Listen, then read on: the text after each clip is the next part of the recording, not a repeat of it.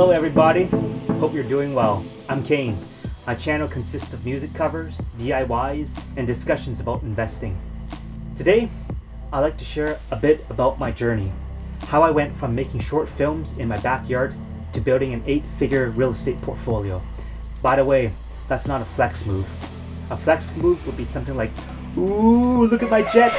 No fresher than whole, riddle me that. I'm in Boeing Jets, Global Express, out the country. Ooh, look at my yacht! On the low, but the yacht got a triple deck. But when you young, what the fuck? Anyways, it's been a wild, challenging, and incredibly rewarding adventure. I grew up on the east side of Toronto in a middle-class family.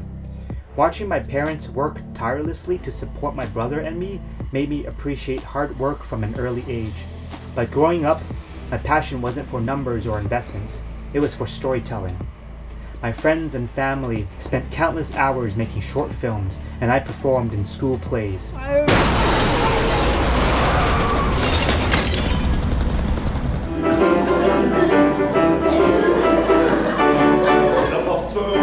The more people we got involved, the bigger and more exciting the projects became. Those creative days sparked something in me and led me straight to the fine arts world. I went on to theater school, where I threw myself into creative projects like choreo and mass exodus.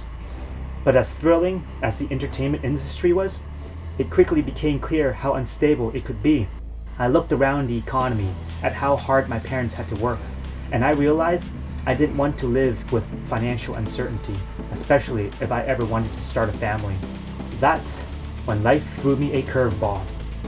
One day, while casually browsing a bookstore, I picked up Rich Dad Poor Dad by Robert Kiyosaki. That book completely shifted my mindset. It talked about how the rich earned and spent. It talked about how they used money to leverage and create wealth so they have unlimited time to spend with their loved ones, do what they want, and donate to whom they like. From there, I dove into real estate books, devouring every piece of information I could find. By the time I graduated, I saved enough to buy my first property. It was exhilarating and terrifying.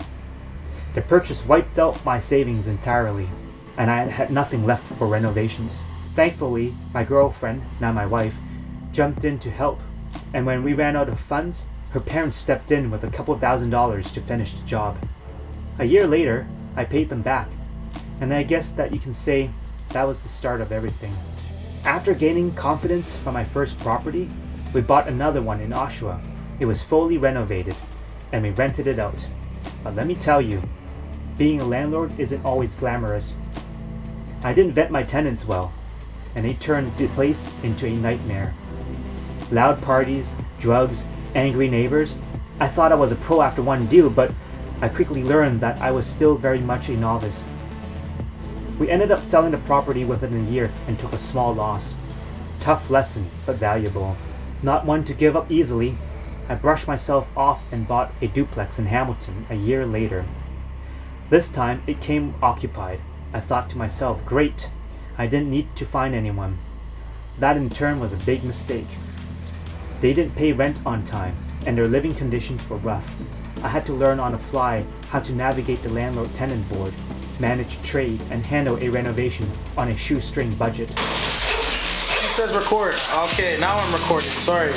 Kane, what exactly are you doing right now? Toilet work. The floor looks good, Kane. Good job. With the help of friends and my father, we eventually fixed up the place.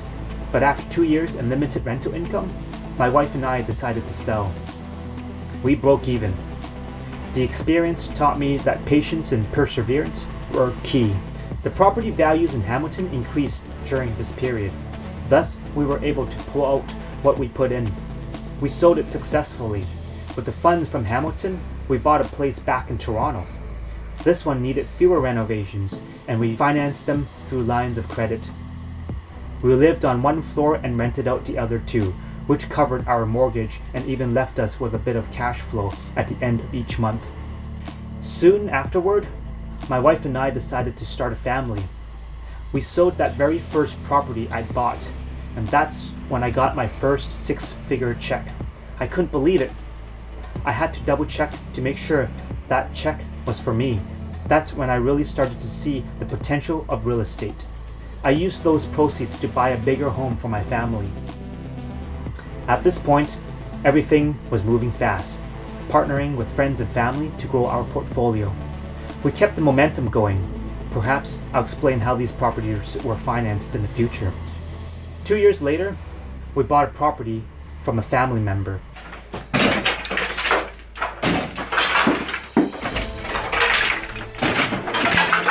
Converted it into 3 rental units and rented it out. The following year, we bought another property near Scarborough, renovated it, and rented it out.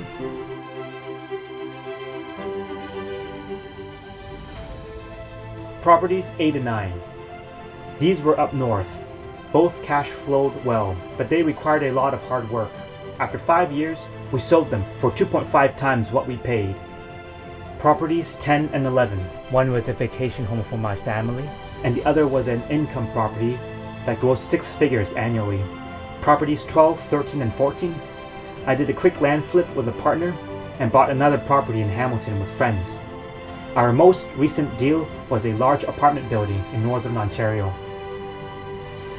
By my mid-30s, my portfolio had grown to 8 figures. People often see success and assume it was an overnight phenomenon. But the truth is, it took years of hard work, learning from failures and constant adaptation. I had to learn how to manage trades, deal with tenant issues, navigate city regulations, and handle the financial stress coming from those projects. It was anything but easy. Persistent was the key. Never quit. I wasn't smart. Remember, I went to theater school, but I surround myself with people smarter than me. I have to step on this really gently here and climb up above this. Oh, that's not gonna work for me. No, you can do it.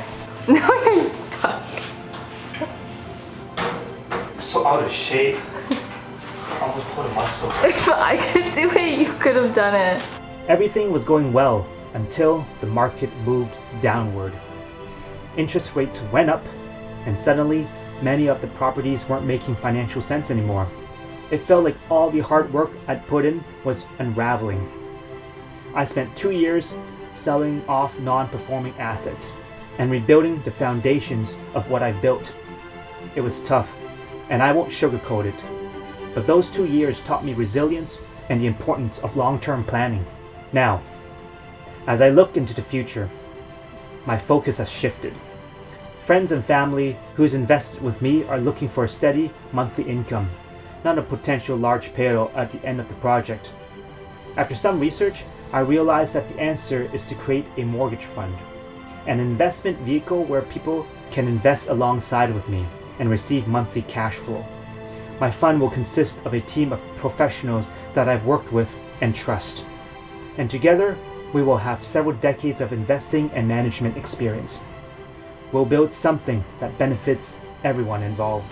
That's where I am today, ready to embark on the next chapter and bring others along for the journey. Thank you for listening, and I hope you found some inspiration in my story. The road wasn't always smooth, but every challenge taught me something invaluable.